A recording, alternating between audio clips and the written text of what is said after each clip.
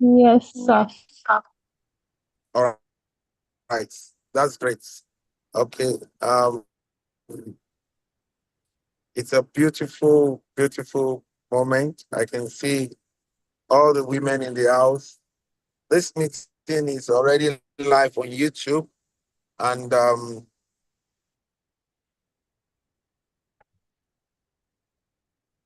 I want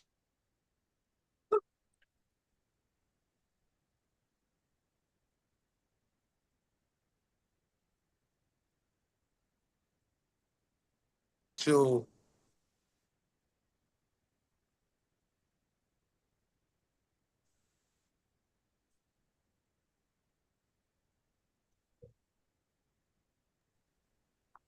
Chi Unzo Oyuku. Sorry, Commissioner Inkechi Inzo. So, um, over to you, man. Let's have your opening speech on this great topic today. Is the president of ET Global and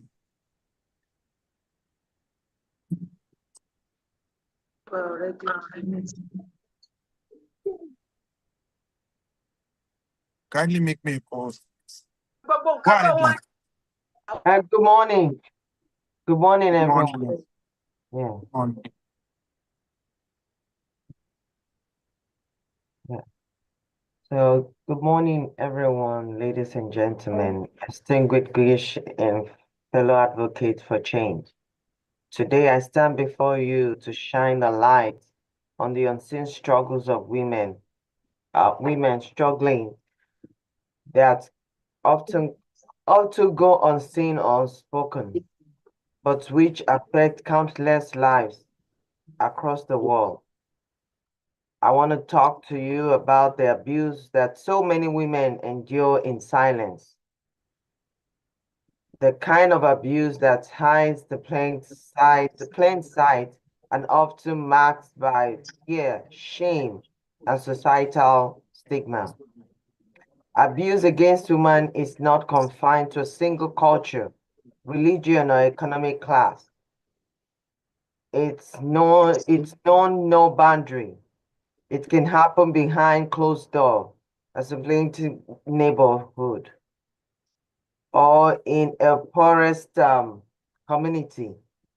In every country, city, and town, what makes this abuse popularly triggers is that it is often invisible to the outside world.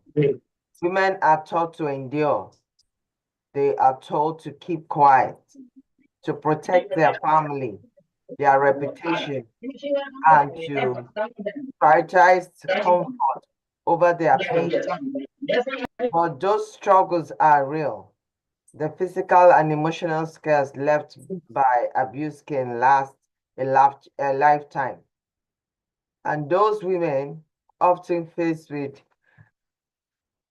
often face withdrawal, not only enduring pain, but also overcoming isolation that comes with it. They may feel powerless, trapped in relationship where they are made to feel unworthy of love or respect. They may suffer in silence because they fear behind blame, judged, or not believed. But it is silence where the abuse thrives, hidden, unchallenged, unmarked. It is time, it is time we address these unseen struggles of women in abusive situation. It is time to expose the truth, to stand up, speak out, and say enough. Exposing abuse is often goes unreported. Survivors may fear that they wouldn't be believed, or the system will fail them. The emotional manipulation, the threat, the fear, the, re- the retention, and weighs heavily on the women's decision to speak out. It is crucial that we provide safe space for women to be heard. We must endure that when they do find courage to come forward, they are met with support, understanding, and resources that need to expose. We must also apologize. We must also recognize the impact of societal norms that enables abuses to thrive. The idea that women should be quiet, submissive, or that the family reputation should be protected at all costs is deeply ingrained in many cultures. But when we choose silence, we are completed in perpetuating the cycles of abuse. We must break the pattern and shift the narrative. There is no shame in speaking up. The shame lies in the abusers. Prey on vulnerables, in the victims who are seeking for reclaim their life. Addressing abuse. Addressing abuse requires more than just speaking about it. It requires action. We must provide comprehensive support system, emotional, legal, and financially, so that the women have the tools they need to break free. Victims need to access the shelter, counseling, legal advice, and employment opportunity. They need to know that they are not alone, that there is hope behind their suffering. We must also work to educate both men and women on healthy relationship concerning respect. The message that abuse is never acceptable must be ingrained in our community from the early age. Only by teaching future generations the value of mutual respect and understanding can we hope to end the cycle of violence. Finally, we must ensure that those who perpetrate abuse face consequences. Holding abusers accountable is necessary in breaking the cycle. Justice is not just for individual survivors. It is for a greater community, ensuring that no one else is subjected to the same horror. This is not just an issue for women to address. It is an issue for all. Every one of us has the role to play in bringing about change. Whether you are the parent, a teacher, a friend, a community leader, or a political maker, a policy maker, you can help create the world where women are safe, respected, and free from violence. If you suspect someone is being abused, do not look away. Ask questions.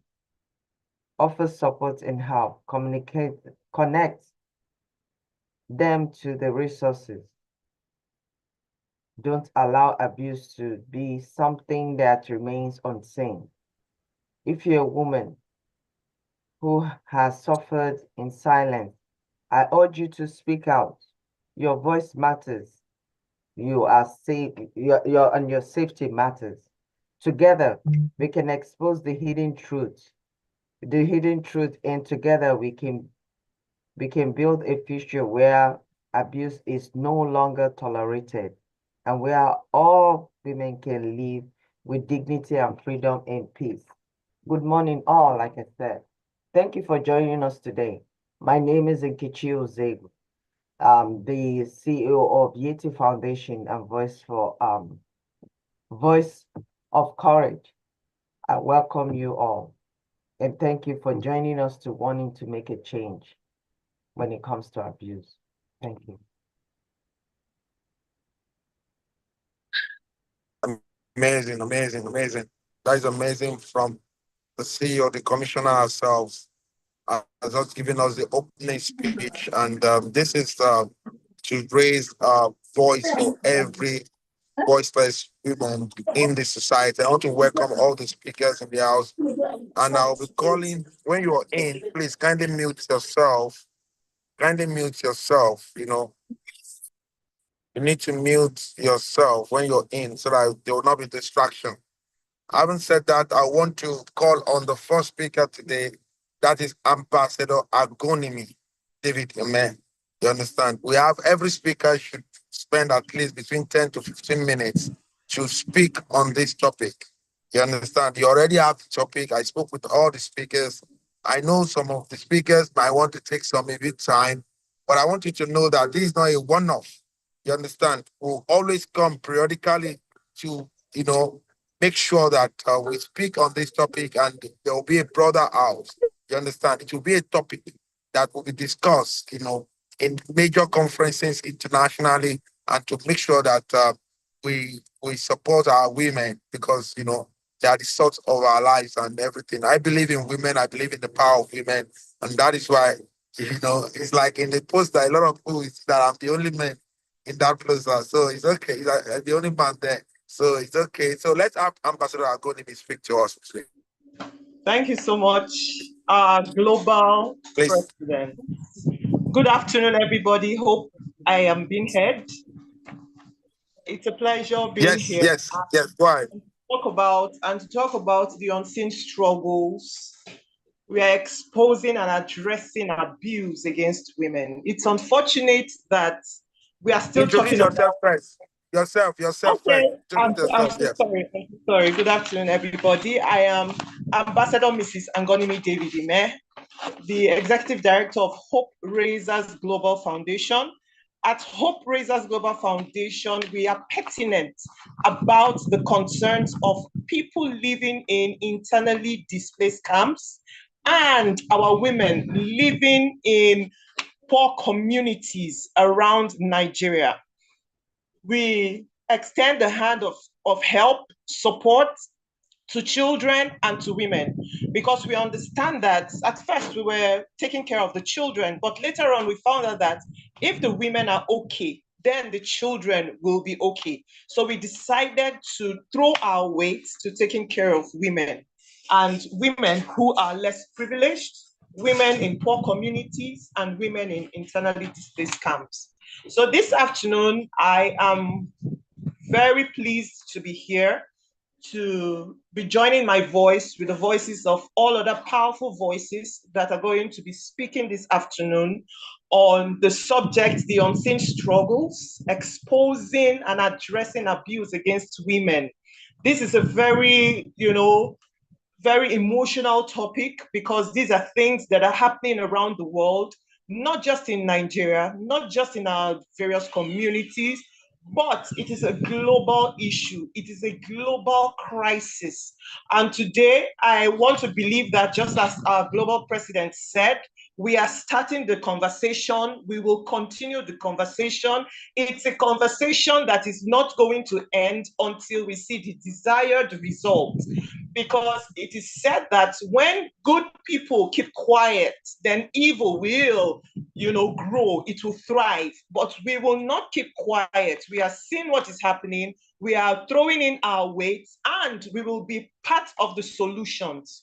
So abuse against women is a pervasive and insidious issue that affects millions of women worldwide. It is a worldwide thing.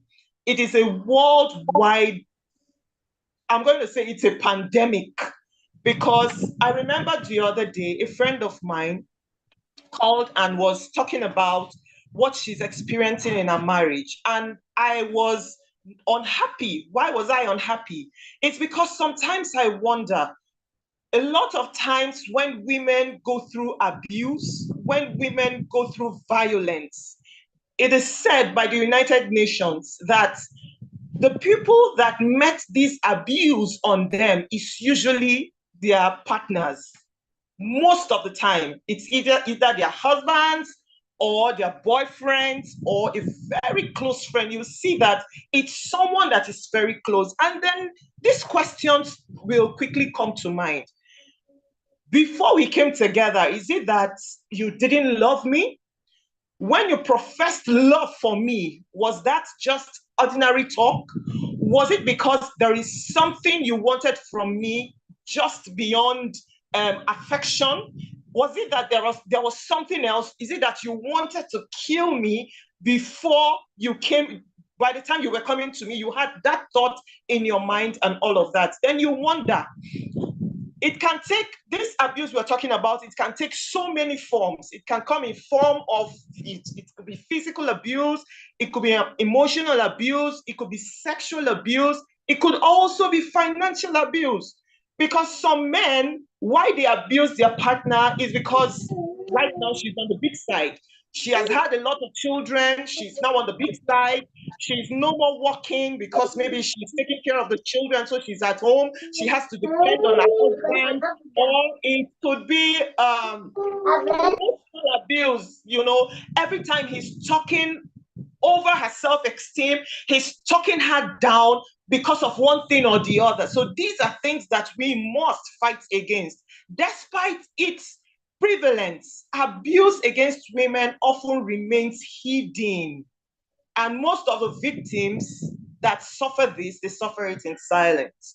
But today, again, we are going to speak and encourage our women to always speak out. Woman, speak out. Whatever it is that you're going through, you are not alone. You have other women that are in support of you to bring you out of the mess, to help you go through it. Like I said, a friend approached me and told me about what she's going through in her marriage, how they are not in Nigeria, how the husband would refuse to support her. They are abroad, and you know how life works abroad. Every hand has to be on deck. The man has to help out with the chores. The man have to help out with the school run. At least they have to make sure that there is a kind of balance in their day-to-day living, because the wife is working, the husband is working, the whole of the responsibility, as we know it to be in Africa, doesn't work the same way abroad. So in other words, the husband will always tell her how incompetent she is, how she is not brilliant, which these things are all lies. He's just that's just emotional abuse. He's just trying to put her down, to make sure that her self-esteem is lost, to make sure that she does not perceive herself in a good light. And she's always crying. She's always crying. And I told her, I said, no, you cannot allow him to continue to make you feel less of yourself. And I asked her, is it that you're not brilliant? She said, no, she's brilliant. I said, is it that you do not know who you are? She said she knows who she is. I said, okay, so all of these that your husband is telling you, that he's always talking about, and because he knows that it's going to pain you, it's going to make you cry, you show him your weak part of you. That is why he keeps doing it.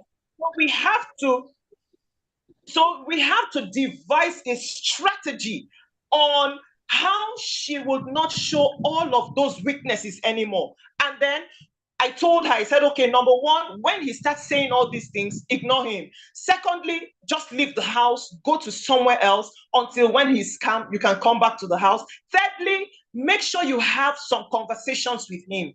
Talk to him about what he's doing that you do not like. Put your feet on the ground and make sure that you are not, a toy. You are not being talked down on at every point in time. So these are also ways that we can talk to our women so that they will know who they are and they will stand for their rights in their marriages. Then the scope of the problem. I'm going to talk about what the World Health Organization said about sexual abuse. According to the World Health Organization, 1 in every 3 women worldwide has experienced physical or sexual violence in their lifetime. And the United Nations estimated that 38% of mothers are women. 38% of mothers of women are committed by a committed spouse. It baffles me. It baffles my imagination. It baffles my thoughts that, yes, a spouse that is intimate with a woman, it may not necessarily be a husband, it could be a boyfriend, would kill will kill or abuse your spouse in ways that will demean your spouse, in ways that her emotions will not be together, in ways that her self-worth, her self-value, her self-esteem would just die, as in, and then she feels worthless. She feels like she does not matter. She feels like she's not woman enough. She feels like she shouldn't even exist. All of this should stop. In the United States, the National Coalition Against Domestic Violence reports that 1 in every 4 women has experienced severe physical violence by an intimate partner. And now let's just quickly move over to the unforeseen struggles, the struggles that our women go through. Our women go through a lot of abuses, and these abuses are far-reaching, and these abuses also have consequences. One of those consequences is that there is physical injuries and health problems. That's for the woman that is even lucky, because sometimes some women, out of maybe by the grace of God, the help of God, they are able to be rescued from all of this. But they don't just come out without some form of injury. They have emotional trauma and mental health issues. You see some women, sometimes we don't even understand why people behave the way they behave. So we have to also pause and give ourselves some slack. We have to pause and try to always put ourselves in the shoes of people. Why is this person behaving the way she behaves?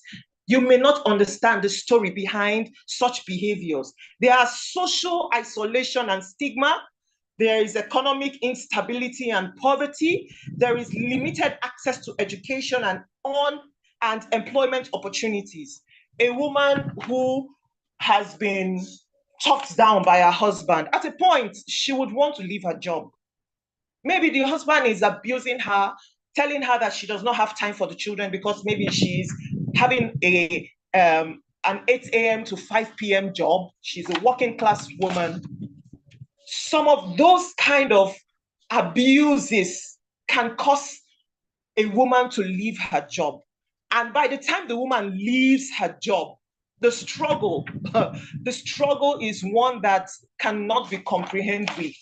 Because from one stage of abuse, from one stage of, the trauma that she's going to, it graduates to another stage. How do we now break this silence? How can we help our women to be vocal? How can we help them to talk out their problems? How can we encourage our young girls? When you see something, say it out. Do not keep it. Do not withhold it, because it's the person that talks that can be helped. Let's not forget that it is the person that talks out. It is the woman that speaks out that can be helped. Nobody is a ghost. We are not spirits. Unless we are told what is happening in your life, we cannot intervene. The authorities cannot intervene. The police cannot be called to rescue you. I remember there was an evening, very late at night, when I got a call, because I'm also a member of the Police Community Relations Committee. And then I got a call from a friend's friend that her husband was beating her. And the way he was going, she felt she was going to die. So she called that I should please help her. And I was like, wow, this is quite late. What do I do? I had to now call 1 or 2 of our officers to intervene in this woman's wahala. And immediately they had to mobilize to her house. Thank God they went to her house that night.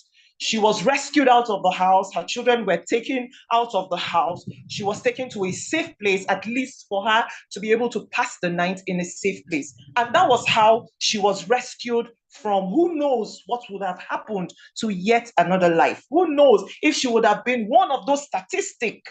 But thank God she was not one of the statistics. Thank God she survived it. And today she's well, separated from her husband for now. until if by God's grace, he comes back to his senses, fine, else she remains separated.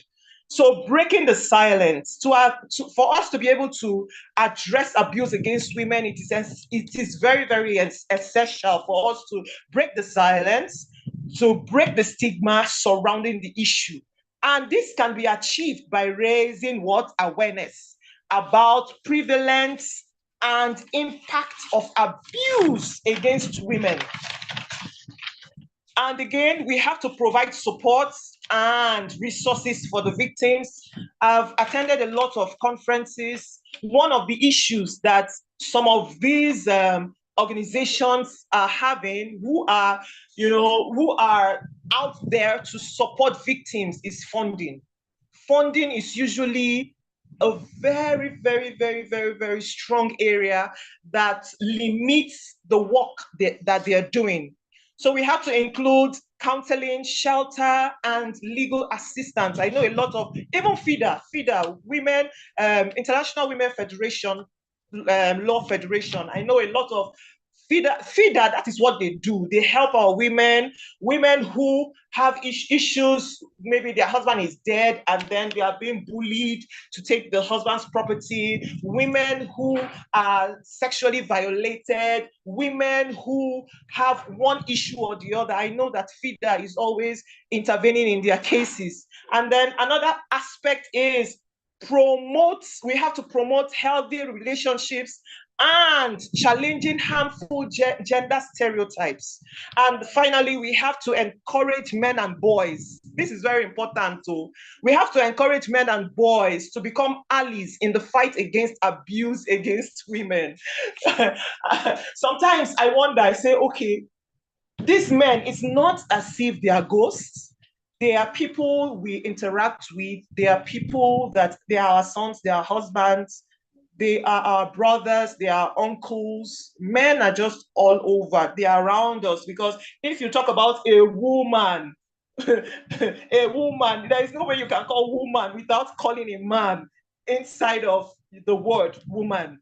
So we have to also talk to our men to be part of this fight against the abuse of women, because I think I was listening to a documentary, and in that documentary, it was said that in one particular country, it's so bad. The violence against women is so bad that when a woman is walking on the street, you see her with her headphone.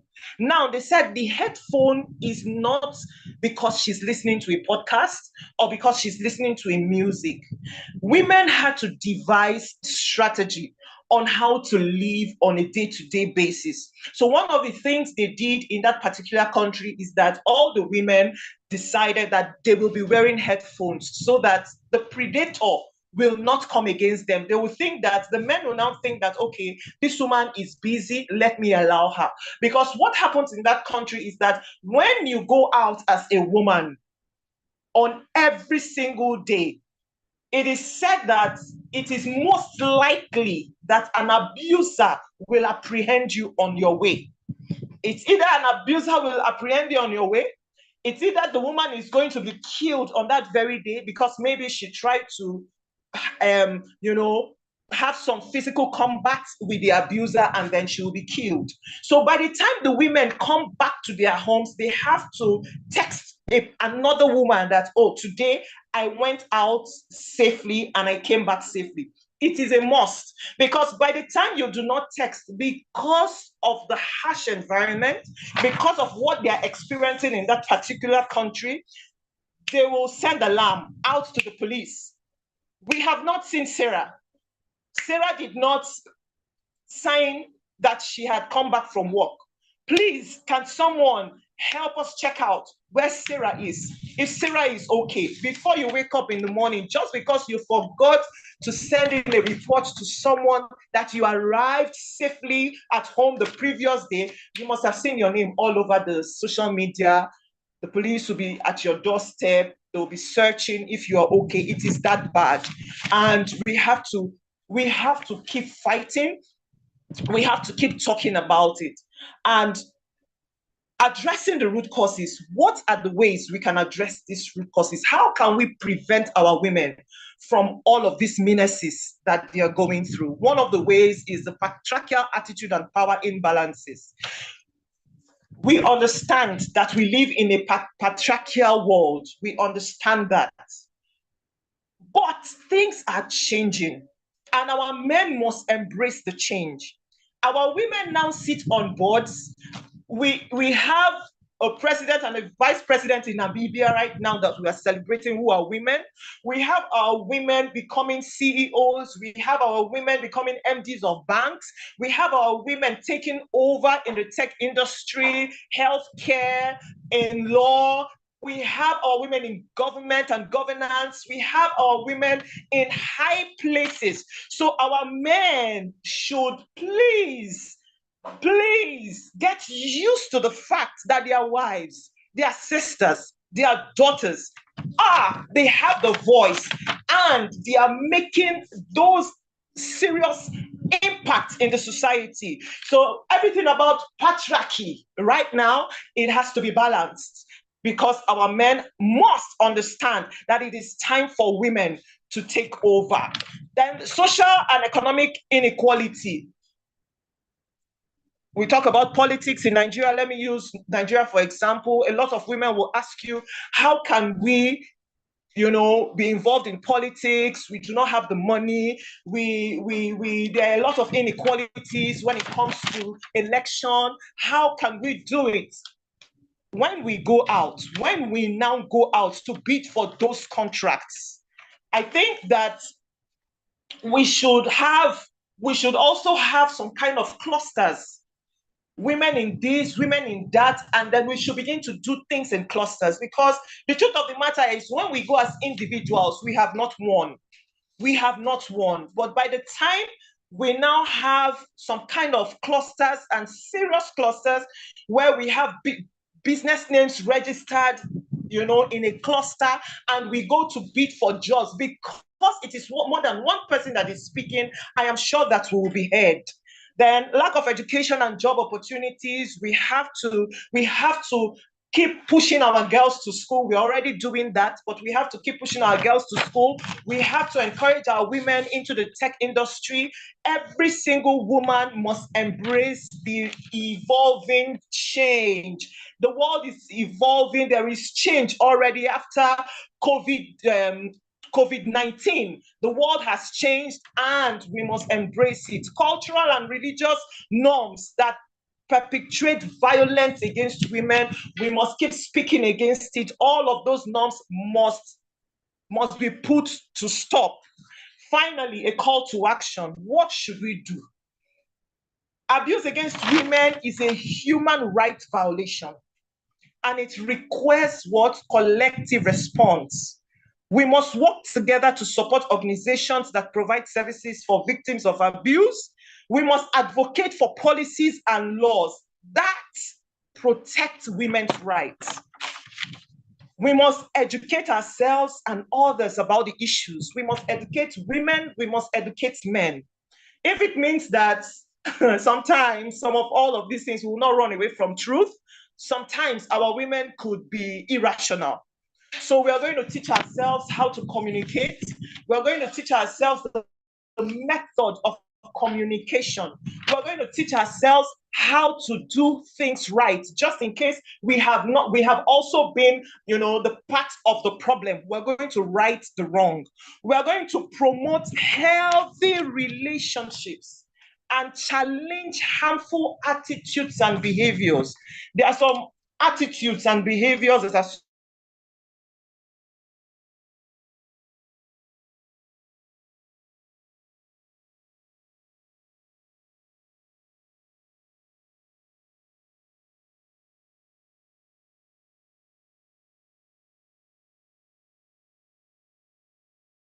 Wow, amazing, amazing, amazing, amazing, amazing, amazing. That was, I can see the energy, I can see the vibes, and I can see the point. The points are salient, and they are making a whole. So thank you very much, Ambassador Agodi.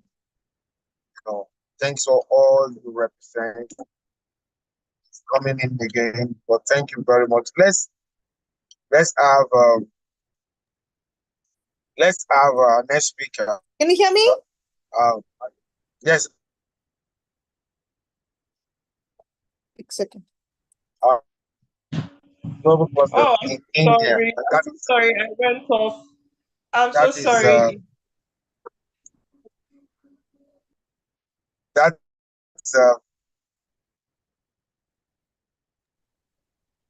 Hello, thank you, sir. Ambassador. Yes, ma'am. Yeah, I just want to round Thank you up. very much. You have spent more than your time, and if people want to speak. Okay. Let me it's just a line, So by taking Okay, action, we can create a world where women and girls can live want to keep it free from 10 violence and minutes. abuse.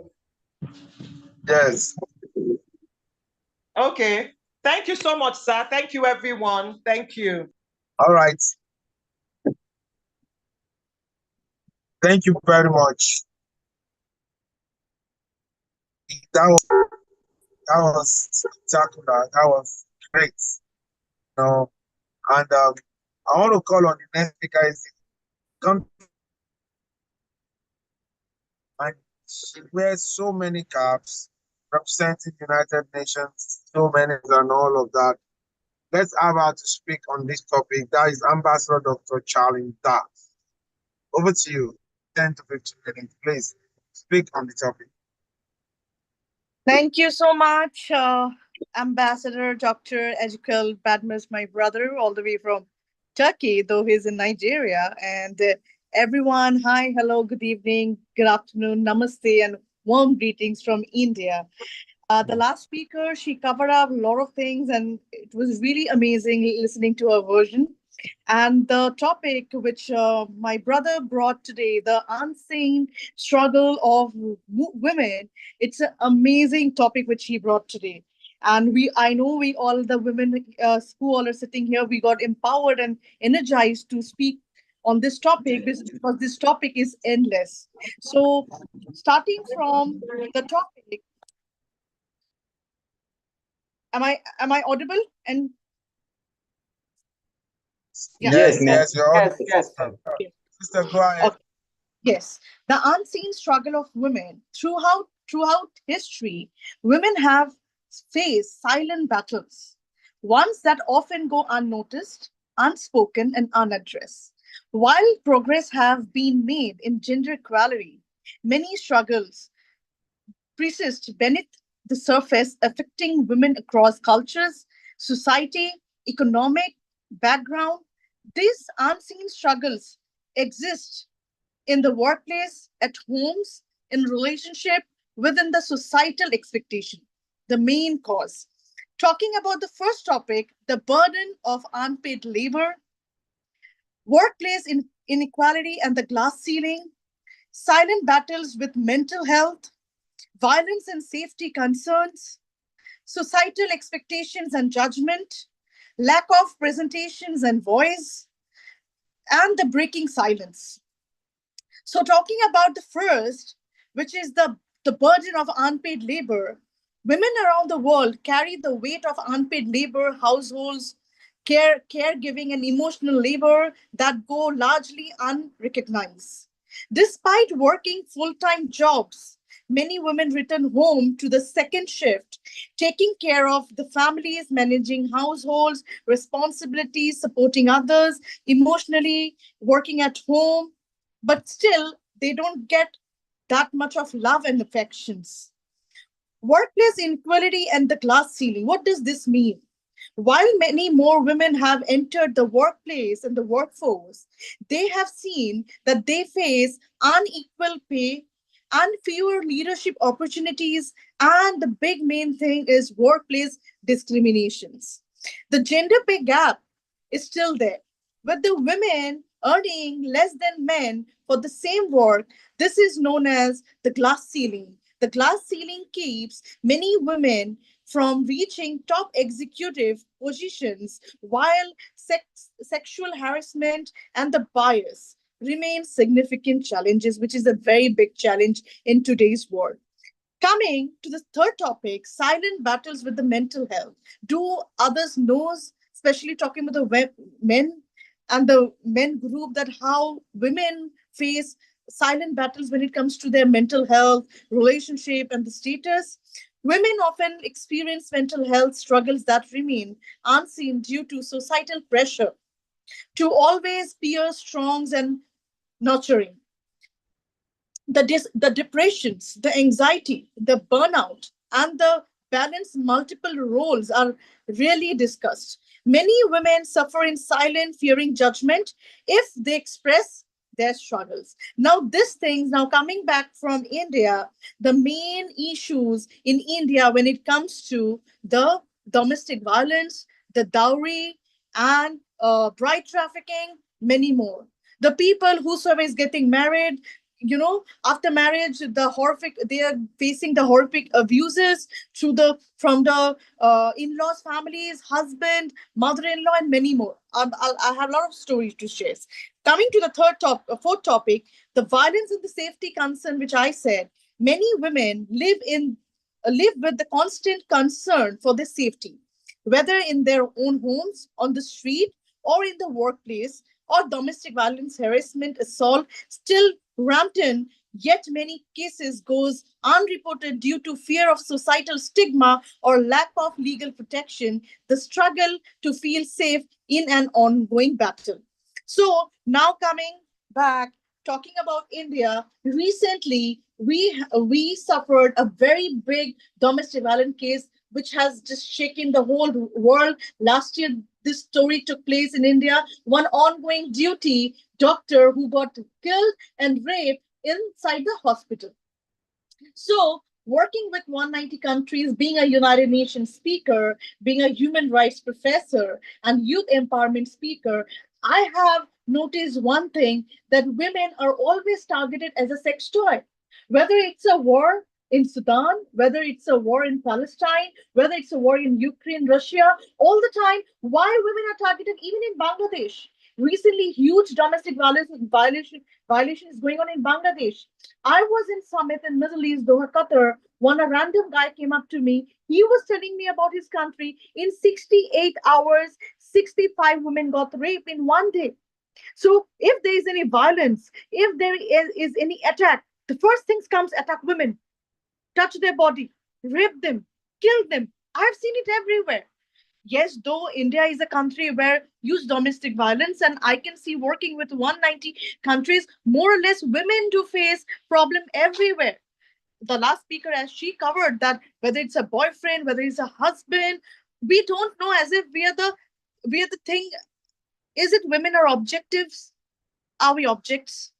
So these things are very much, sad thing. We are in the 25th, we are standing in the generation of 2025. Still, from the history, we have come to know the struggle of a woman. Still now, that legacy is just going forward. So our question is, we are so much of educated, we are so much modern nowadays, then why being so modern, being so educated, and after getting independence, why still we are facing problem? Because there is lack of education in the society when it comes to the men. Men are not that educated. Who rapes? Who does murders? Such the psychopath, those who are unethical, those who have not taken human rights education, those who have not taken the well grooming part. Counseling, grooming is required everywhere. It's just not that you are studying your graduation, you're studying, you're graduated, you're working, now you're a gentleman. No, to become a gentleman, there is a lot of roles and lots of plays are there you have to play. And now in India, I can see even in the school, 3 teachers raped a toddler girl. So now you see the way things are happening. The laborers, the car drivers, the person who are working in low standards, even it's we used to say high standard, low standards. Out of my experience, I'm telling, there is no standard, no class in human beings. It's all mental problem. Even educated professors, educated people, they're raping their students, they're raping their colleagues in the school, colleges, everywhere, workplace. So education is just a degree that you have cleared your degree. Education is just not a tag who gives you a full certificate to become a good human being. That gives the moral ethics, culture, and the human rights education. So there are a lot of things to say about women and the unseen struggle. Still now we are fighting with that, because still now I'm a woman. If I go alone in a Uber, I still get scared whether I'll be dropped down home safely or not, because I don't know the driver intentions. So as I said, I felt that, where sometimes I feel proud that I'm a woman. I get to dress up, I get to do makeups, I get to buy makeups, wear different outfits. Sometimes I get regret that I'm a woman, because I don't have any safety. I don't know whether I'm out, whether wherever I'm traveling, whether traveling in aeroplane, whether traveling by bus, train, wherever I'm getting, that person is not having any intention to touch my body or to kill me or to rape me. This kind of fear is always there. And that's hurt me being a woman. So I won't take much time. This much I wanted to share, and I many thanks to Global Cluster Turkey and Dr. Ambassador Edukel Badmus for bringing up this topic, that too in this Women History Month. Recently, we celebrated United Nations International Women's Day, where the topic was accelerate action, means the time is now. So accelerate action, the time is now. As Mahatma Gandhi once said, be the change you wish to see in the world. We cannot wait for the others to take the lead. Each of us has the power to accelerate action in our own communities, workplace, and in daily basis life. Let's all move from hesitation towards action to make things happen in reality. I would love to end my speech. Many thanks to Brother Edukel for bringing up this amazing topic, the unseen struggle of a woman. Yes, I will say that we women need to be very much strong emotionally, physically, mentally, that whatsoever happen, we won't cry, we won't let our tears down, and we will face it. Thank you so much. Warm greetings from Dr. Shaleen with lots of love from India. Wow, this is amazing. This is amazing. We want to appreciate our convener, Vice Commissioner Nkechi, for this great topic that Stephen shared with us. And I think a lot of people are getting value. This is online, by the way. It's on YouTube as we speak. People, the YouTube family are watching, who are watching all over the world. And we're dishing out value to everyone. So the next, thank you for that. By the way, um, my sister is, we're planning something for the first anniversary of the Global Clusters in Thailand and in Thailand, and we should all be part of this. I've posted it in the group. I've posted it in the group, and we should all be part of this great event. We're going to be celebrating the first anniversary in Nigeria, and after that, we'll be going to Thailand to do a more celebration. Thank you very much. God bless you. So after that, let's call the next speaker now, right now. I want to acknowledge the presence of the Global First Lady of the Global Cluster, Chief Mrs. Katrina Badmus. You're welcome online. Thank you for all you do to contribute positively to humanity. Our next speaker will be the O01, the genuine love revolution of the global clusters. That's Ambassador Olayinka Afolabi. We call it the founder of Goodward Foundation. Let's have you speak on this topic. Kindly unmute yourself and speak to us. Good morning. Good morning. My name is Olayinka Afolabi, the O01 genuine love of the Blue Watt Revolution. I'm the president and founder of WeWatt Foundation, Women Empowering Women and Disabled. My intake of this is, I've seen we get a lot of reports where people with disability, especially female that have been abused. I heard there was this case they brought to us in Oyo State, and at that moment, there's nothing we can do because we were trying to build a center in Oyo State, but we rally around the young female of 25 years old. She was born with autism, and she also have I think she also have some type of another disability. And she was abused, she was raped, and the parent just tossed her out. Then we were able to get her a small place for her to stay there. Things like this in our community have to stop. What can we do as a woman? We were foundation as a woman, empowering women and disabled. We deal with neglected kids, neglected children and disabled, especially people with disability and the widow and the people. We have to come together. Like one before my Asian lady talk. There is a woman that talked before her. She already said most of the thing here. And, we have to come together as a nation, as a woman, to eradicate and to stop abuse within a woman and the people with disability. We have a lot of work in hand to do to free our people. It's not just only in Nigeria. It happens here. It happens in the Western world. The glorified Western world where we live, it happens everywhere. Abuse. I've been abused before. I was in an abusive relationship before. Abusive marriage before I left the marriage. So a lot of people are going through one thing or the other. But as a woman, that's what we're doing. We need to get out there and do more as a women to help the people in need, because we have a lot of people that, let us be the voice to the voiceless, those people that don't have no voice, especially those women with disability. They don't have voice. We can be their voice and talk through them and change. Let's be the change that we are looking for in the world. And let us start from us, and we have to also encourage our male gender, our male family, our son, our brothers, our cousins, to know abuse in any form of the way. I know some people there's a lot of things that are going on in the world now. Even some people they can kill their son because of the men father abuse.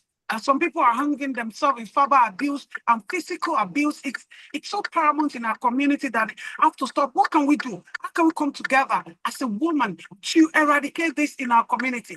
That's what we are looking for here. And I'm so privileged to be among of these great people, great women and great powerful women here this morning. And thank you for the opportunity, my global president and the first lady and each member of this meeting this morning. Thank you so much. Wow, amazing. That was concise, that was direct, the passion was there. That is the voice of the 001 Genuine Love Revolution of the Global Cluster and the founder of We Work Foundation, based in Nigeria and the United States of America. Having said that, let's have our next speaker. Our next speaker is the president of and founder of Jawade Foundation. That is Ambassador Fentoluwa Odejide, the 001 Global Women Cluster of the Global Clusters. Let's have speak to us, right? Ambassador Fentoluwa Odejide.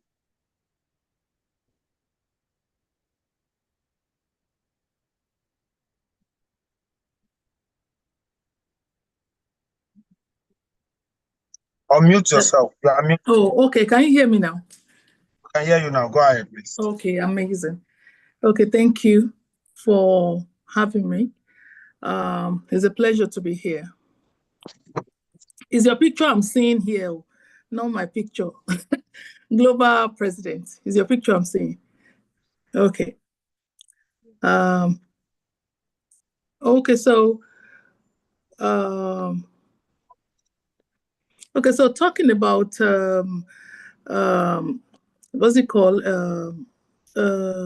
Abuse on women and every other thing. We know that what's happening here in Nigeria is what we see on the social media and every other place. And then it is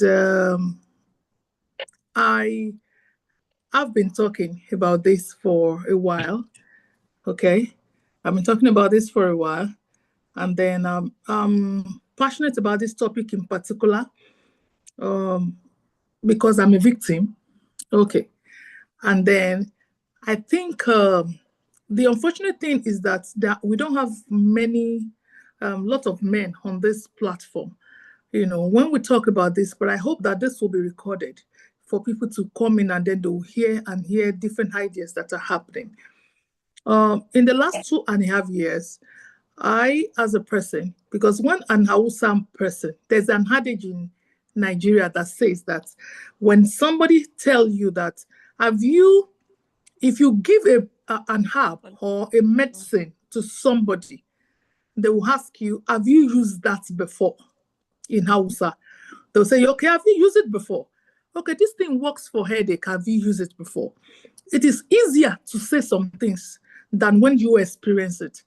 I experienced something the last 2.5 years, and then it wasn't out of fear that I kept quiet. It was out of the fact that I know that I have a higher voice to talk. And I will not be talking because of me. I'll be talking because of other people who are in silence, especially in the religious settings in Nigeria. And for everyone that is here, I want you to listen. For 2.5 years, like I said, in fact, to the point that the global ambassador is aware. I told him later. And then he's been trying his best to say, oh, no, Faye, this is wrong. And I always tell myself, see, the reason I respect you is because you have conscience, and then you're out there to fight for women. And then when you know something is wrong, that's the only thing. I love business. I've been involved in a business deal that has nothing to do with me. Okay. But because this particular person was more like, okay, fine, whether it's business or not, it's you. And I have every evidences, to back that up. And he kept saying no. And this is a religious setting that I respect so much. This person is even more like a friend. And, and I could not process it. There was no reason. I can't process it even till now. And I was traumatized for many reasons. The reason why people would not speak up, listen well. And the reason I joined this was because of the topic. I know that many women will not speak up. A lot of women will not be part of this gathering because they know that it is women who will not speak the truth. Many are married to abusers. Many are in a home. They know that their husband or their partner is an abuser. They cannot speak up. First, they don't have the capacity to. They know that they will be killed or rather silenced by other women. Okay, they will not speak about it. They will rather join that man to bash another woman that they know that their husband is also trying to psychologically or mentally, abuse. I was detained for 2 months and 4 days. Yes, in Nigeria, here. They don't want me to talk about it. I'm an ambassador for peace, United Nations. I run the Lagos Universal Peace Federation. Now the case is even beyond me. I do not want to talk about it. Why? Because I felt that I'll be battered. I do not want to talk about it because I felt that people will say, because that was the narrative. Oh, you two, you are luring him. You are seducing the person. Never, never. I am never one of them. Okay. And now, even as I try to cover it up and not talk, this is even going beyond me, beyond the shore of Nigeria. Okay. People say, don't talk, you'll be killed. This person will silence anybody. That is what I, Feyintolu, am going through as I speak with you. Okay. And then there are people like me. There are many women in that gathering, in religious setting, under the guise of holiness. You don't say this, if they do, you do blah, blah, blah, blah, blah. I have my case with FIB, Federal Investigative Bureau, 2022, Abuja. I have my case with the Alagbon, Interpol. I have my they were even saying, Fenyi, let's arrest this person. I said no. And there's a reason for it. You know, and I take my time. I'm a born seer. I'm a seer from birth. I don't talk religion, but I'm a seer from birth. But I listen more to the voice inside me. People call it instinct. You can call it anything. I'm a seer. And I can perceive things. I can hear things. I know when to talk. I know people around me. But you see, because it is women like us that will say, shut up, don't talk. It is not you. I was traumatized for months. I cannot pick it together. And everyone, even the people that I was detained, they know I wasn't involved in anything. Just because this person said, come back to my place, come back to my church, come back to my this thing. And I said, no, you don't bully me into doing things I don't want to do. I said, okay, I will use power. He said it verbatim. I'll use my power. I'll use my money. I'll use my connection on you. So I'm not surprised until I say some evidence. When you see people say, Irani, because she's a woman, she's beautiful. She's intelligent. People silence victims. And it's the reason nobody is talking. They don't want to talk, except you have that clout, so that you can move forward. At a point last year, October, I held on to my first son. I was traumatized. I held on to his neck. He was looking at me. I was not getting my brain. You understand? People don't understand what abuse is in this part of the world. They don't understand what trauma is in this part. I never knew it until I experienced it, because I was bottling up so much. In the last few weeks, I was, hello? Okay. Hello? We are with you, ma. Okay. We can hear you, ma'am. Okay. In the last few days, I've been seeing a lot of violent videos. Men stabbing their wives stabbing their husband, brothers stabbing. I don't know, I can't process it. When I say, hey, something happened, this man I just run away from it. When you bottle too much trauma in your heart and there's nowhere for you to speak up, or you just want it to slide, why many will say, okay, let's wait for God to avenge. That is what is happening in this part of the world. Say, okay, let's wait for God to avenge. Then who do you speak to? Who comes to the front and say, okay, move.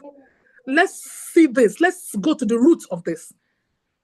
If you are guilty, take that punishment. If you are not, let's take this as it is. Why did this one happen?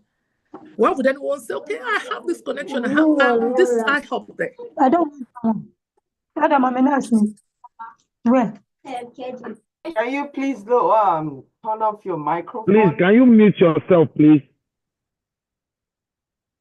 Okay, go ahead, so when we go around all about this, there should be more action. I hope that there will be more action, that people can actually feel safe to say, okay, fine, I am this. I am getting everything I'm getting, even from strangers who do not, people who knew me back then, that never, I had work, I'm a media person. I work with the media, I work with NTA, I work with the presidency. I could not speak up that something happened to me last year by a known agency that I couldn't speak up. I was so scared. Not scared, like I was traumatized. I could not place it that this is a friend. If I speak up, he's going down. And this is what they do to other people. They silence people up. And then you want to settle at the backdoor settlement. It's not possible. Even where I am, everything I do, I have it documented. I documented everything, security-wise, everything. Because I know, as people I say, even there are people close to the person, be careful. That is the country that we have. Be careful, auntie, be careful what you thought, blah, blah, blah. I was just laughing. That is the country that we have. That is the situation that we are in. That is the environment. People don't understand that sexual, because a lot of women are in trauma, or why? Because of the economy instability, people want it. It's you. No, I can't. It's you that wants. How you say this rich man? You don't want to be part of this rich man. You don't come and tell us story here. And so you bottle up a whole lot of things. I've been going in and out of hospital since September 2024.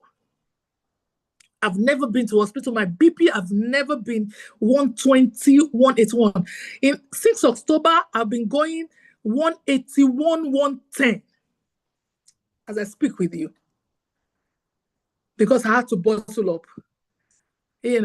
And these are people that instead of coming up, say, okay, fine, we're sorry. What do we do? And I've spent like over 10 million with my receipt intact. I have 2 sets of lawyers, legal team, as I speak with you, on the same case. And I'm going to get justice. But you see, how about those who do not have my strength, who do not have the clout, who do not want to die, who are being bullied to be silent? What happens to them? Commissioner Nkechi, what happens to them? What happens to the ambassador? What happens to them? They'll be silenced forever. God bless us. Man, I am amazing. That's amazing. Wow. I'm so sorry that you're going through this. Commissioner Nkechi, do you want to say something? I'm so sorry I'm so sorry that you're going through this. You are not alone. And that's why we created the Voice of Courage. I want to tell you today, I'm standing here strongly with you, that you will get justice. You will get justice. You will get justice. That's all I have to say for now. Thank you. Thank you. Thank you. Thank you. All right. That's the voice of the commissioner, the host of this event. She said you will get justice, and I believe her. You will get justice. So I would say that. Do we have any other speaker around again? All right. I think everyone has spoken, and then I will want to get submission from participants. I want people to give their submission based on everything you've had today. So I'll be calling names, and based on what you've had, this is recorded, it's on YouTube already. So just give your submission based on what you've had today. So let's get a submission from the Global First Lady of the Global Cluster, Chief Mrs. Motunrayo Badmus. Please, what's your submission on this topic today? Over to you in 2 minutes, please.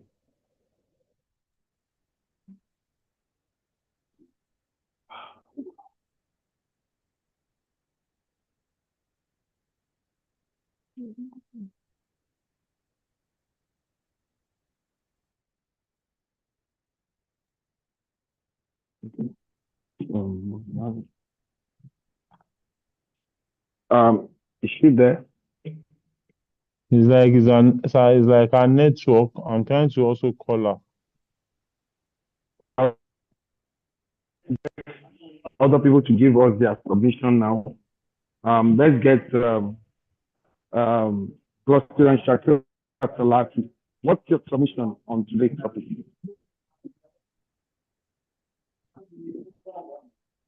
Shakira Salati.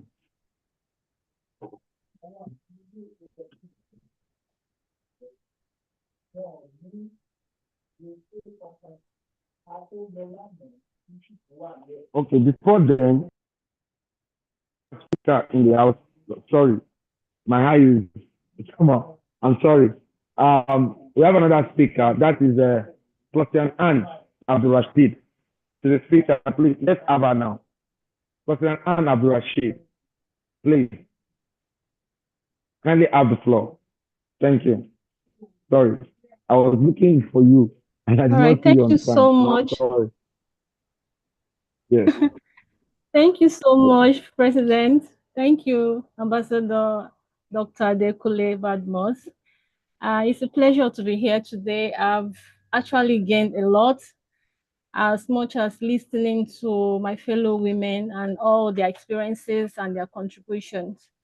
Actually, I don't have so much to say, than what they have already said, but I'm here as a survivor of abuse and violence. And I've been so grateful that I have opportunity to actually air my voice so that people will know that at least there are people that go through these abuses and they have survived. Because when we are talking, we keep talking, some people want to see who are those that have actually gone through this abuse and how did they come out of these abuses. Mine was an instance, like I got married very early. I was just immediately I left secondary school, I got married. And along the way there was issues. Honestly, I had 3 girls. Then it was like, I need a boy, you understand? I need a boy and I have to get the boy. So went on how to have an affair, have a son.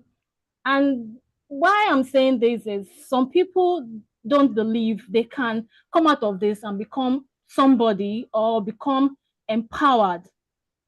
I want to use the opportunity to thank so many people in my life in that part at that particular time that stood by me, that gave me the support I need. It wasn't easy because at that point, I thought of suicide. And these are one of the things that people that go through abuse think about. Depression will set in, suicide will come, and they will begin to think, okay, the only way out here is suicide. I'm using this opportunity to tell everyone here, whatever you're going through, suicide is not an option. I thought of it, but I thank God I didn't attempt it. It came to the level that I even forgot to spell my name out of depression. And I know some people actually are going through this. And I came out of it. The process I took was, one, I was able to look beyond the situation. I was able to even accept, because the person that had this baby was my cousin, that I brought to live with me. And it was so touching because how could my cousin be giving my own husband the first son, and I have 3 girls that felt those girls would not be anything in life. In a society when we believe that it's only the boy child that can be resourceful, when a father will have daughters and begins to feel as if he doesn't have an heir. I think we should change that narrative in this part of the world, especially in African here, so that the girl child will be empowered and be seen as a blessing, and they can achieve whatever they want to achieve in this life if they have the support from the community and the society. So another aspect I want to talk about is how I built myself and came out of it.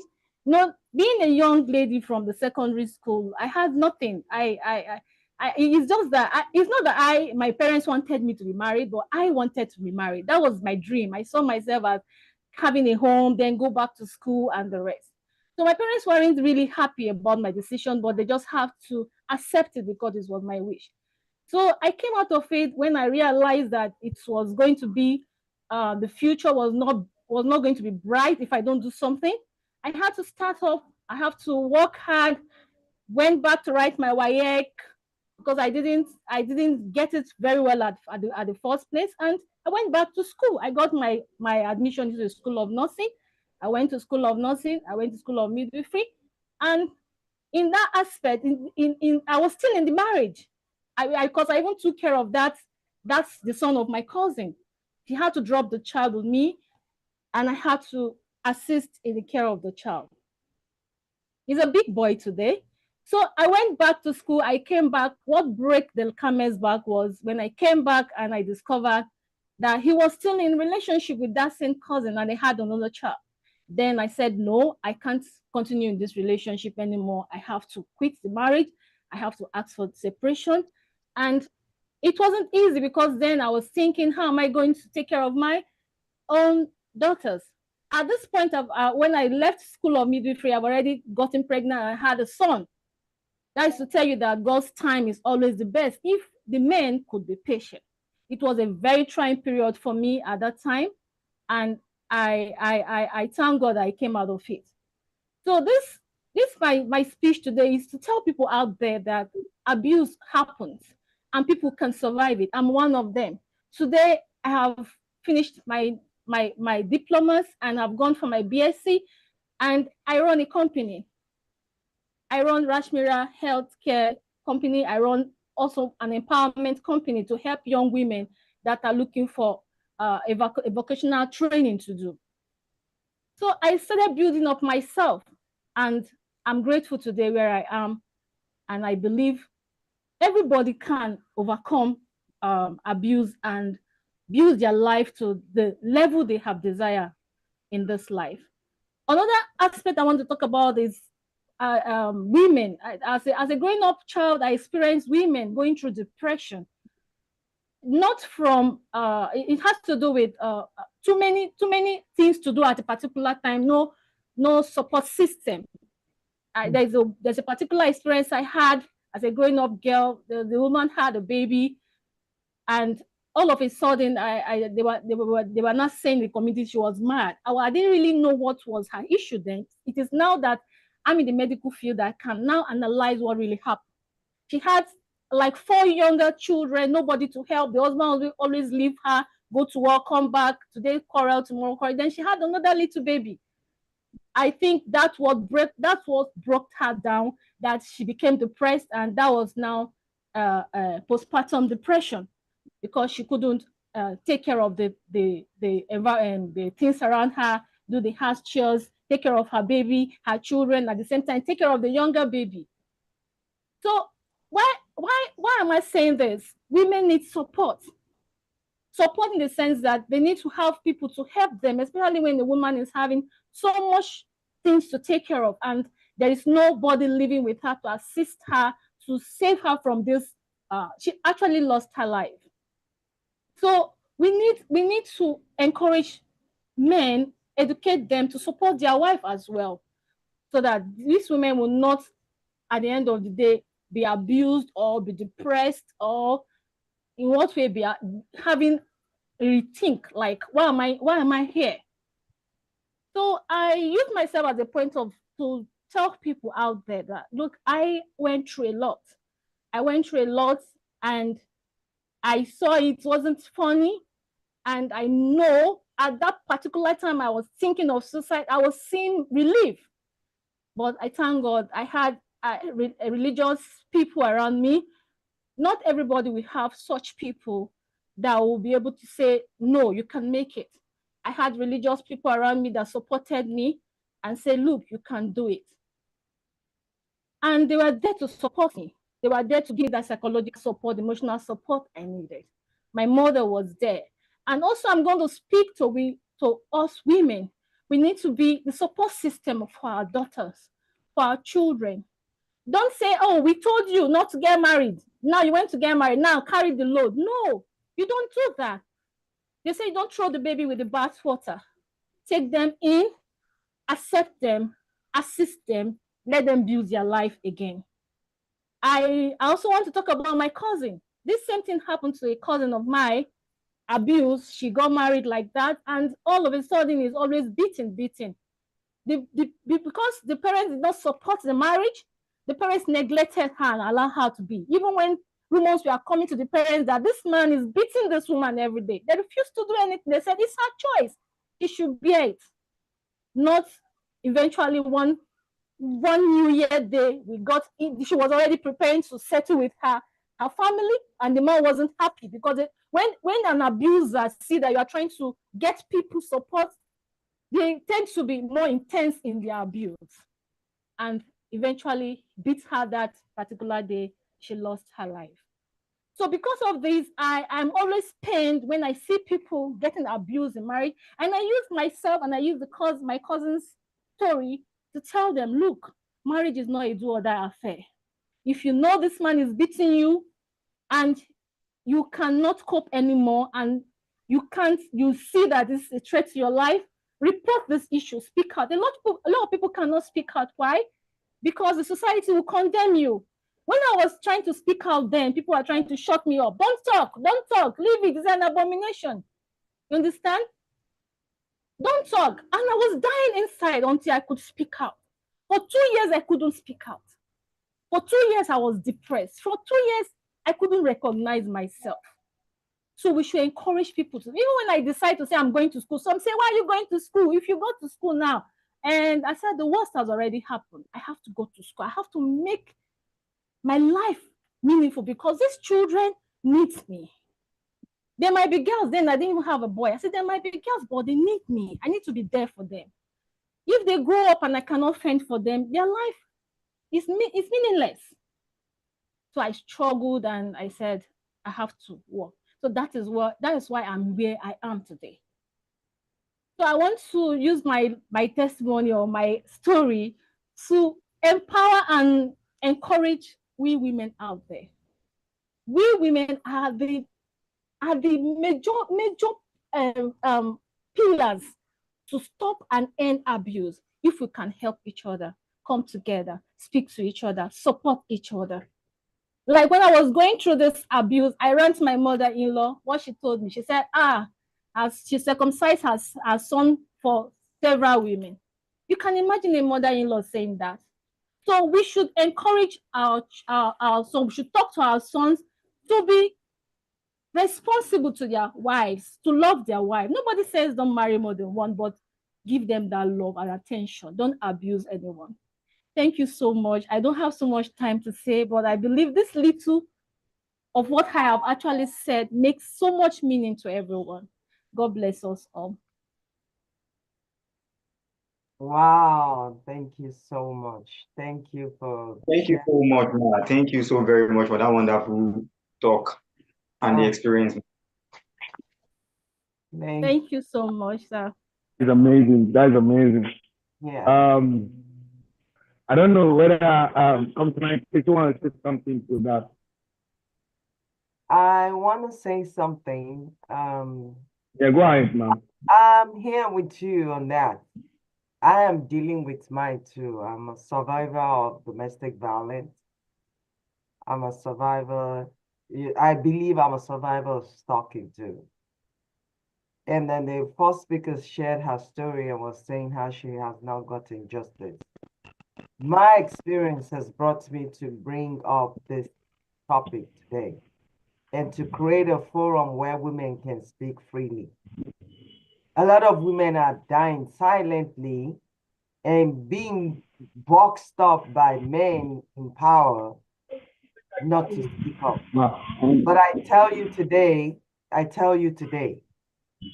this is 2025. We're not taking this anymore.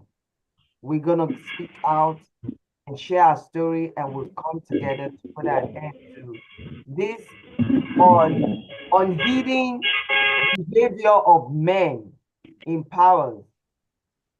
I will take a few minutes to share mine. I'm not in Nigeria, I'm in US. I've been dealing with the issue of a stalker for over 10 years. This man, somebody that I refused, I'm going by what the other woman said. The man that I refused told me that no woman tells him no, that he's going to make life miserable for that woman. And I'll tell you this, he did a lot if it's not for God. And if it's not because I was speaking up, I don't know where I would have ended. So today, for the few women that come together today, please join us every month, the Voice of Courage. We're here to support each other. We are here to make changes. We're here to speak out and tell men that our body is our body, that they don't have rights to tell us what to do with our body. And silencing us, it's no more. It's no more. I am telling you, it is no more. It is no more. We're going to speak out and we're going to get justice. Our next event, my goal is to invite all the human rights, all states in Nigeria, join us to come and listen to your story. To take IG, take it to the president, take it to the president's wife, to all the governors' wives. Come and join us and stand with us and say no. We must launch something that talks about no more silence on domestic violence, that we have the right to speak, and our voices are that. We are going to speak up and stand against domestic violence together. Thank you for sharing your experience. I will share my one of these days too. Wow. Thank you very much for that conversation. Thank you very much. Let's have our last speaker for today, and then we get contribution from everyone in the room. Let's have Ambassador Abosede Eko. What's your take on this topic as our last speaker for today?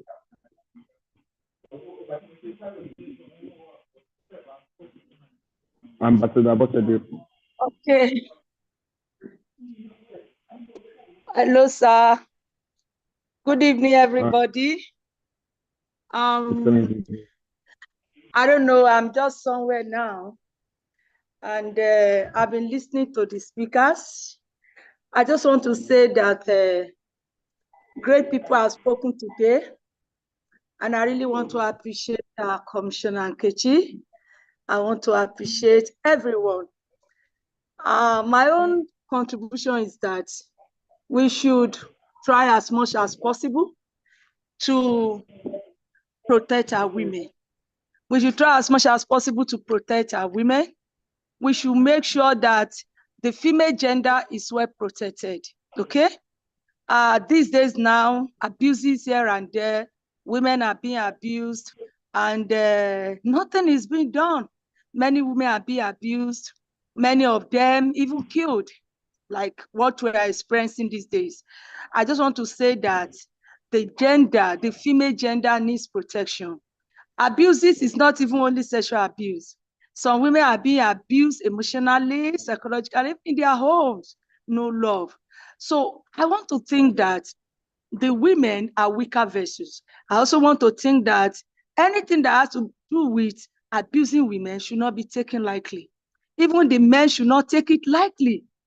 They should not take it lightly, because the truth of the matter, Commissioner Nkechi, is that can the men rule the world alone? Can they do the world alone? No. The woman plays an important role in making sure that the society is well built. The woman, plays an important role in making sure that everything we do, is blissful. So we have to respect the women. We have to listen to the opinion. Abuses of any kind to the women should not be welcome. And in case of any abuse, in case any woman, the girl child, the female gender is being abused, I think there should be quick intervention from the government, quick intervention from voluntary for organizations, quick intervention to make sure that such person is brought into book and the necessary punishment is given to that person. In a situation whereby a female gender is raped, is killed and cut to pieces, and up till now, we've not been able to see what happened to that person. And thereafter, another person has done the same again. Thereafter, another person has done the same again. It begins to make me think, like, what is really going on? Is it that this will continue? Because we have seen cases now, and the women now in the society, they don't want to hear their voice again. If you're a woman now, you understand what I'm saying. We are in Africa, even in my own country. When you talk now, they want to press you down. They want to stop you. You can't talk. Females are being relegated to the back in most countries in Africa, even in my own country. So I feel that women should stand up. Man, we can talk and talk and talk and talk and talk, but women should stand up. The time has come for women to stand, for women to rise up and reject this. Now, the truth of the matter is that if many women stand up, only few can be gagged. Only few can be quiet after much, I know they will do a lot, but some will still stand up. Like the case in my country now, where the woman is standing up now to her rights. Whether she gets justice or not at the end, but at least she has been able to stand to say that this thing is wrong. What is wrong is wrong. Women deserve love. Women deserve happiness. Having carried babies in the womb for 9 months, taking care of that child, men doesn't really understand what it takes to put babies in a womb and keep it. And having given birth to those children, nurture them, women should be treated like the golden people they are. So let us rise up and reject every form of abuse. Let the African women rise up. Let the women in the world rise up. By the time every woman speaks out, our voices will count. Thank you very much. I'm Ambassador Abosedeko. God bless you. Thank you. Wow. That's amazing. That's amazing. Go ahead, ma. Go ahead, ma. Functionary Kishi. Want to say something? Thank you so much. Like you said, we should all come together. Women should speak up. And I believe that a voice of courage will do something about this. There will be a day where all women all over the world will all come together and say, no more. And I know the voice of courage will try and create that. Thank you for your kind and wonderful speech.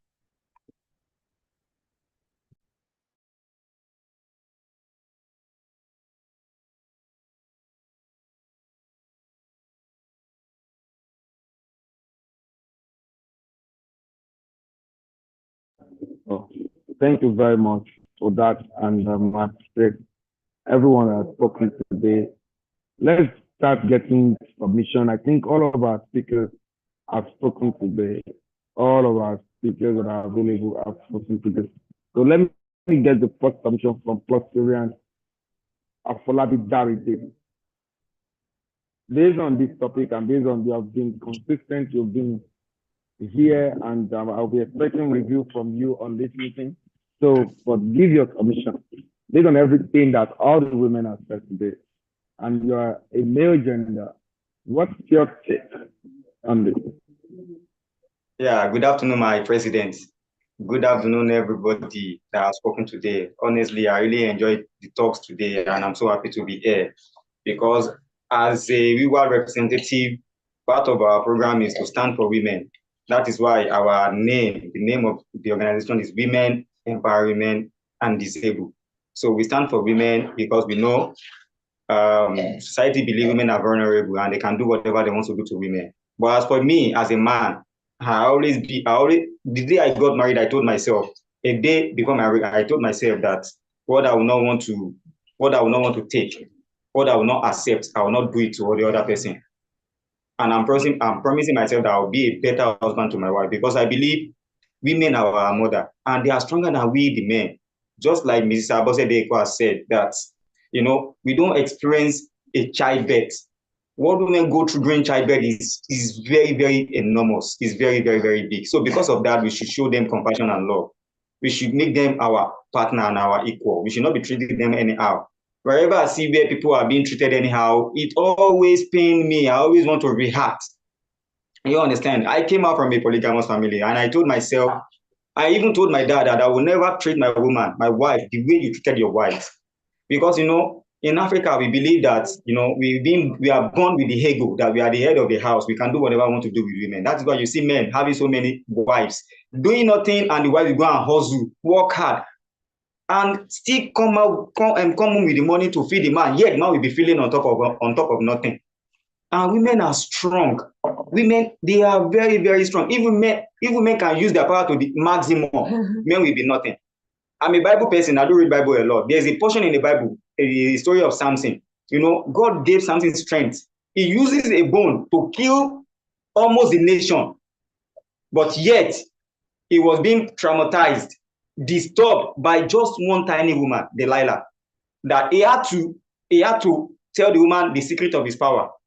When the Bible was narrating the story, he said he was being frustrated to the point of his death, so he had to speak up. That's to tell you that if women shows their strength to the fullest, men are nothing. But simply because of the love women have for men and for their children, they don't want to use that power on us.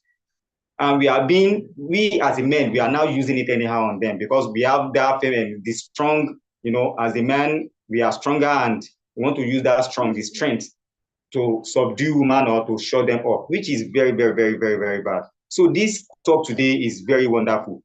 Right now, I'm representing WIWAD. In the home right now, there's a lady beside me. She was battered by her man, which she gave birth to. The woman had to run with the baby from the house to her father's house. So when this program was introduced to us, I was like, no, this woman needs to be here. As a representative of WIWAD, our stand is, we stand against the abuse of women. It's part of our program, it's part of our empowerment to women. So if permitted, I want her to say one or two things concerning what she has heard and what she's been experienced so far in her home with her man.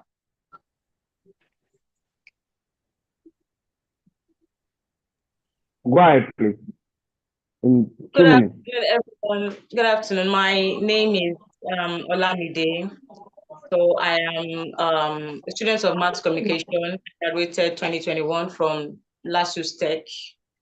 So my journey as a woman and a mother has been traumatizing. And let me just say, as a wife, yeah, despite being very, very young, because I am in my late 20s, going 30.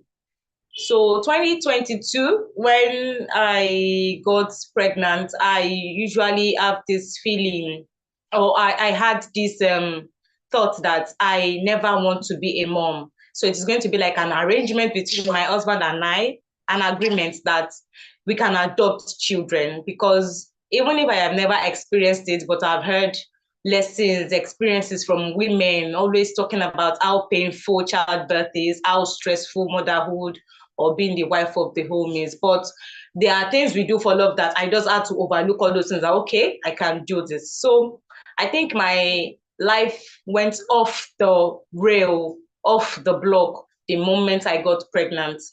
I was telling my brother here that I do not want to sin anymore, because it is something I'll have just taken the decision upon myself to either terminate that pregnancy or be a single mother.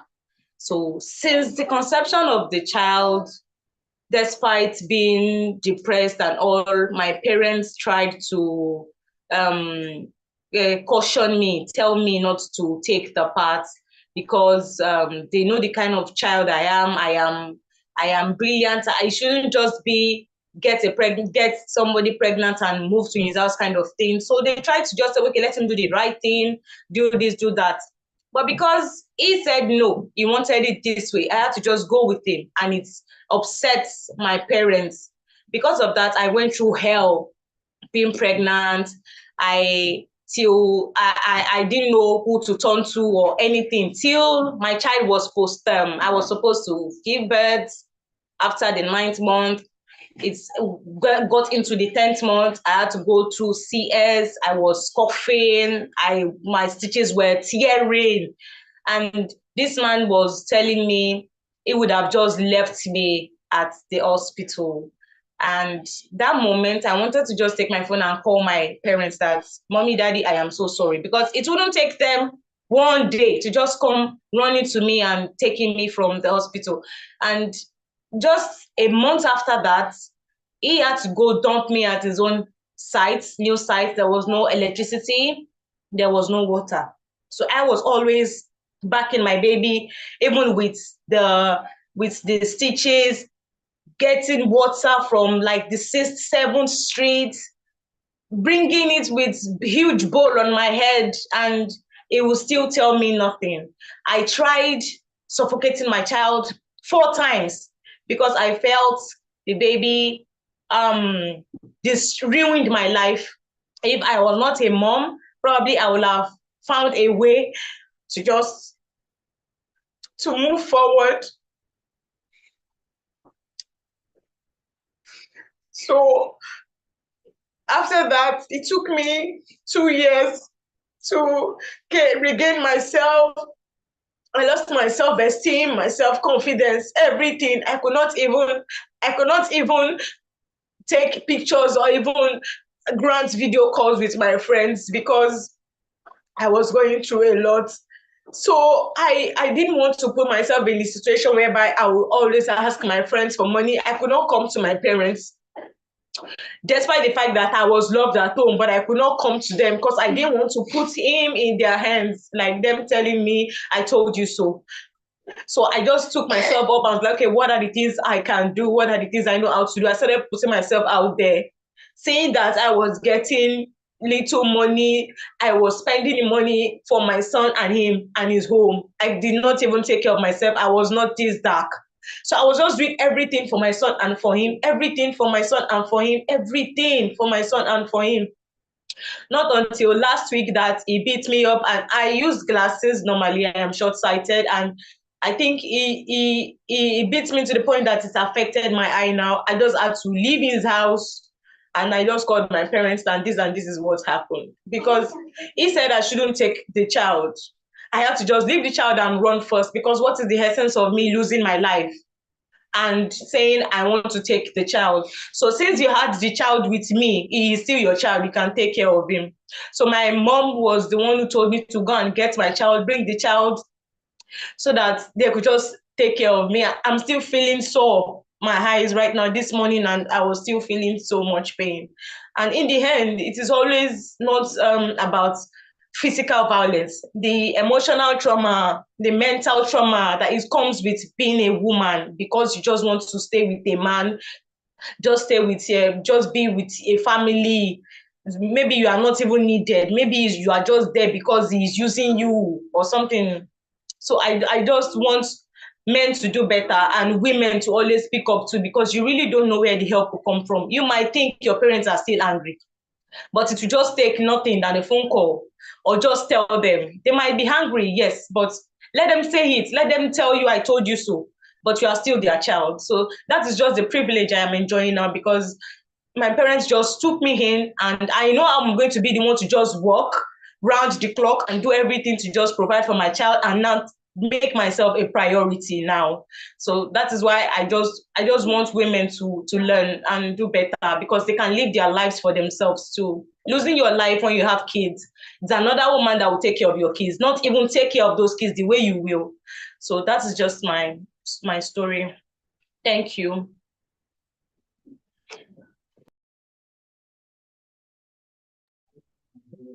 Commissioner, please respond to that.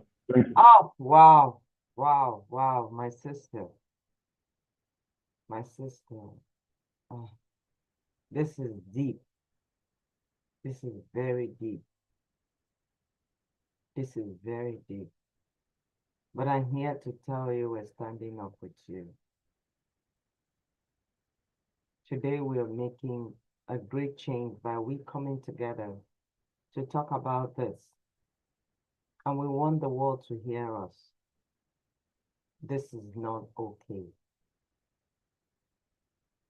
For you to be a graduate and you went through this, you're learned, you're educated. How about those people that don't have a voice? How many women has died without anybody hearing their story? I really commend you for speaking up today. But I want to tell you that the voice of courage will begin to do something around the whole world for men to know that it's not okay. It is not okay, my sister. It is not okay that a man should treat a woman like this. A lot of women are being enslaved.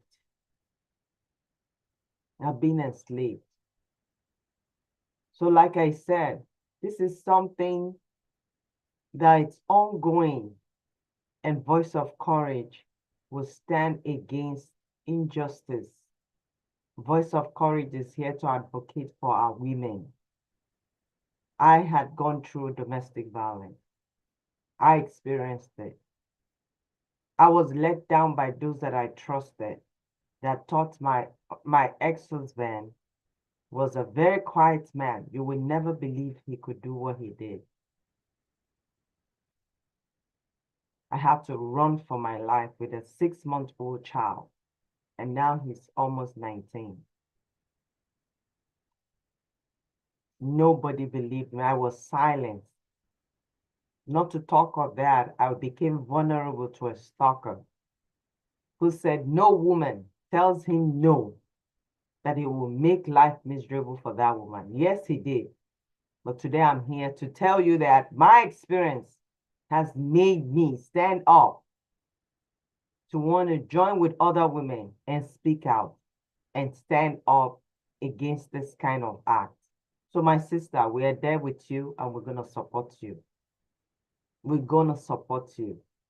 Our next time that we'll be coming on air, we want you to come out strong and share your story. That man that did what he did, I tell you, we're coming for him together as a woman. I'm not playing with you. We're coming together as a woman.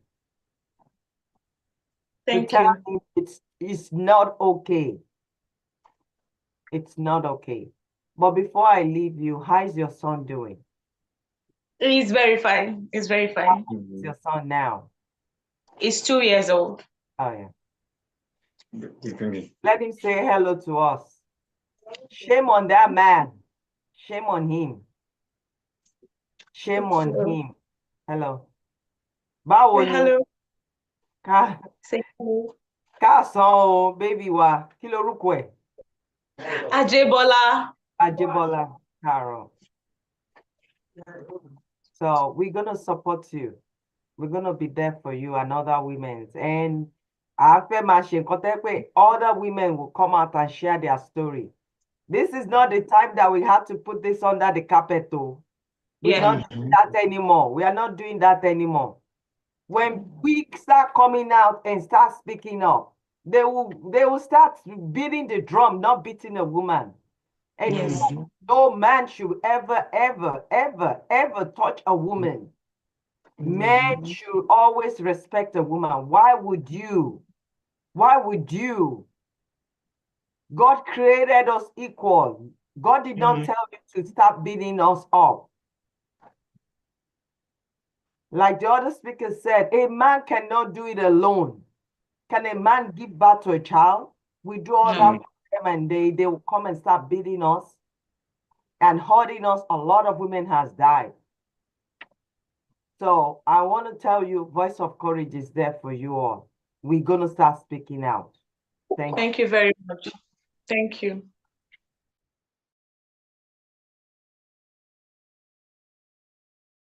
That is amazing. That is amazing. That is the voice of Commissioner.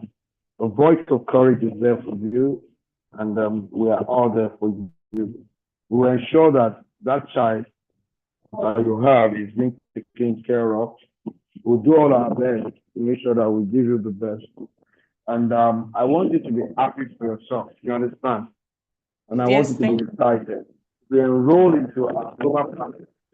You have a bigger family. You have a very big family, you know, better than what you already have. Our parent is part of our parent, a member of Global Clusters, sir. Both the parents. Oh, really? Okay, good. That is what I'm about to say. That's what I'm about to say. That if she's not among us, that WeWork Foundation will pay for a subscription of the Global Clusters. So she have to start coming to the meeting and meeting great people like this. And thank you, the Commissioner. Thank you so much. Thank you very much. I appreciate it. Thank you. Well, that is amazing. That is amazing. Get submission from Pastor Adejoke Adeleke. What's your take on today's topic?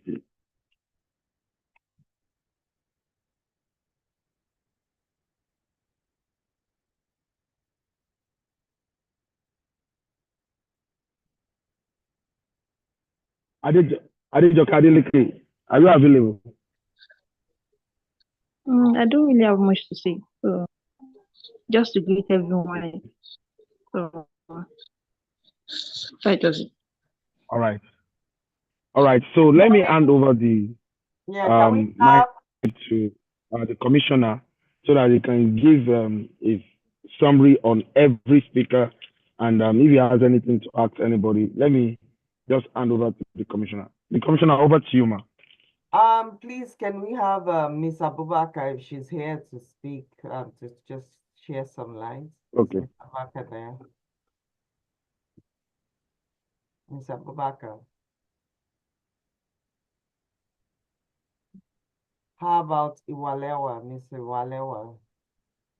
Yeah, I've called him. I called her before, but I think it was not.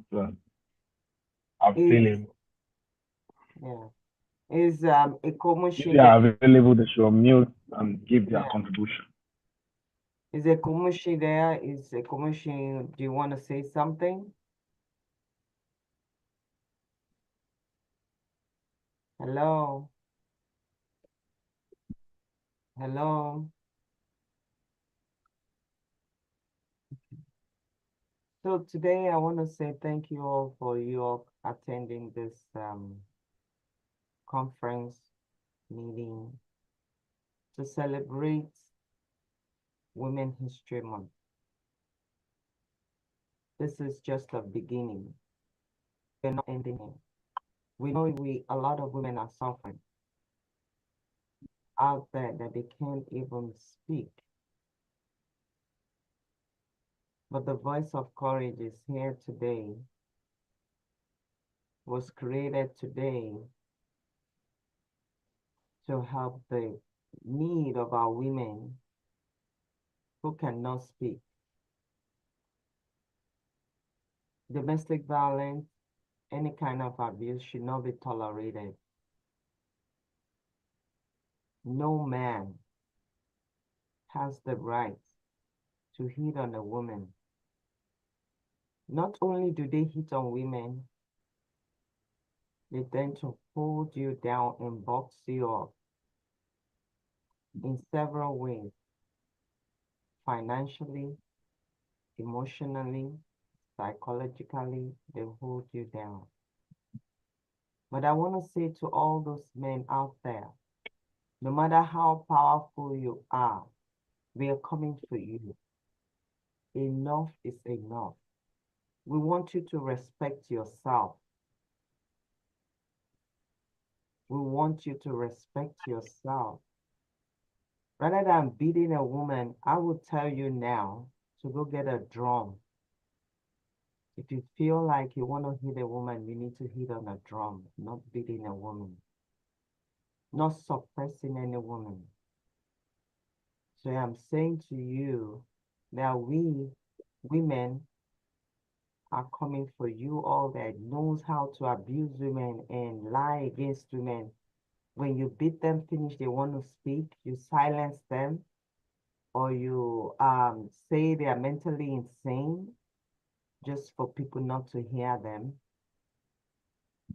No, we are ready to talk now.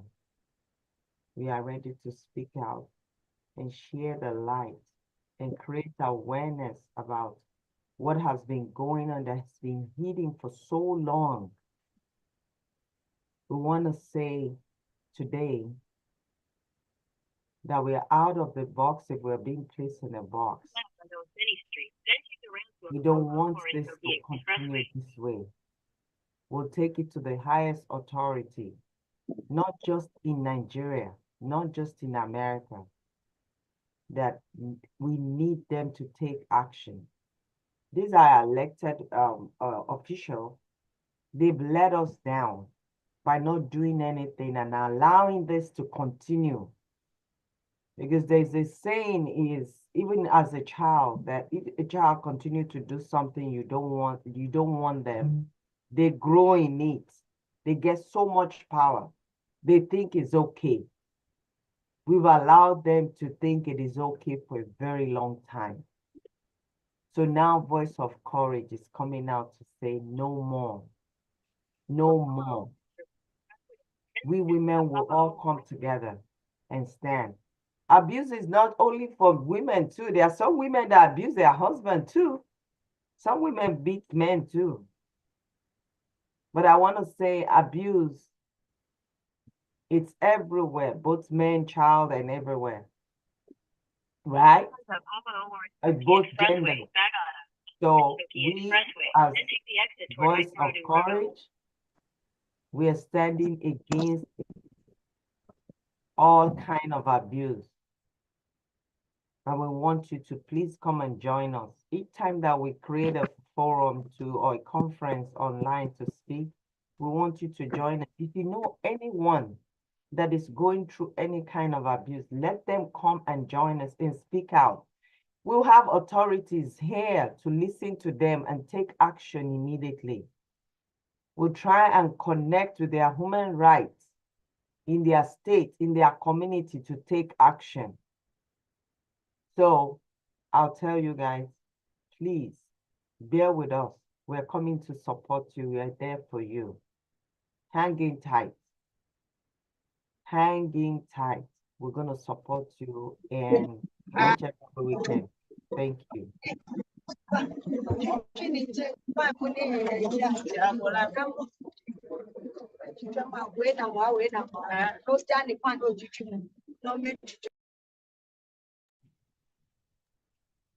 you very much, Commissioner-in-Chief, for this great meeting, and we'll always keep everyone updated. Commissioner is based in the United States. I'll connect you with the president and founder of WIWAT Foundation, that is the 001 the New Love Revolution of the Global Clusters, and I will probably be connecting you with the founder of Yawadi, and all the great women in the house will be connected. And so every one of you, you are already in the same Global Clusters community, and just for you to have a personal interaction and take this movement further.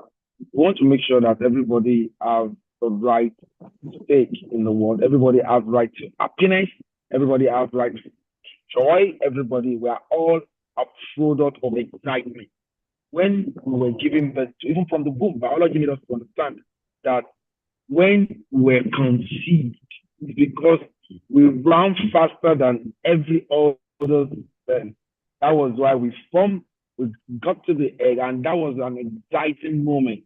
We're excited from the womb, and we are a product of joy, and we're a product of happiness, and everyone should be happy. Everyone should be joyful, and everyone should have equality, you know. So everyone deserves the right respect, the right kind of treatment, and that is why we are here to make sure I'm representing all the men, and I'm here to say, join my voice with this organization to say, let us make sure that we eradicate, you know, female abuse, gender abuse totally from our society. You know, let us ensure that we carry along all the female gender. And just like Commissioner was talking, that some women abuse their men too. We are not going to take it lightly anymore. We're going to make sure that we correct it.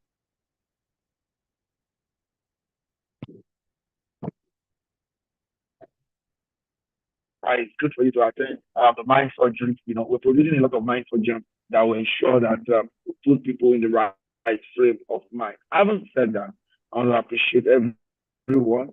This is on YouTube already. You understand? I've shared the link on the platform. You can rewatch, you can share with people, and then until we come your way next, I want to appreciate everyone for coming by, and I want to say thank you for attending today's webinar. God bless you. Have a fruitful day ahead. Bye for now. In the next few minutes, we'll be having the accurate knowledge and information.